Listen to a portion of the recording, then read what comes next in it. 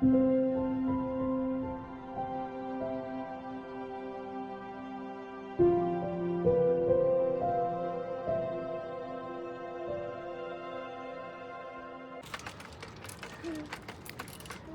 നമ്മുടെ കോമ്പൗണ്ട്.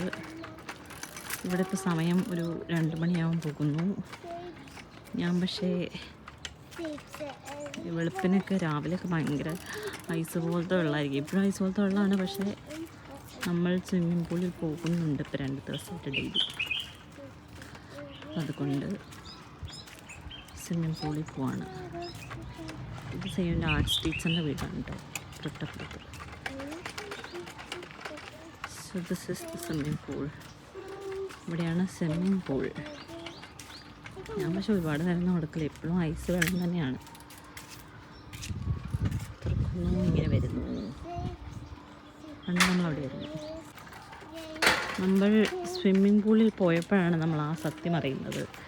ഇന്ന് രാവിലെ ഞാൻ കണ്ടായിരുന്നു അത് ക്ലീൻ ചെയ്യാനുള്ള ആൾ വന്നത്.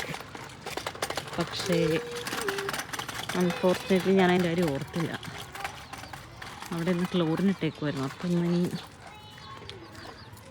കയറാൻ പറ്റില്ല. പക്ഷെ സാധാരണ അവിടെ കളിച്ച് ക്ലോറിന് വെച്ച് കഴിഞ്ഞ് കഴിഞ്ഞാൽ എഴുതി വയ്ക്കാറുള്ളതാണ്. ഒരു ബോർഡ് വയ്ക്കും, പക്ഷെ ഇന്നതില്ല.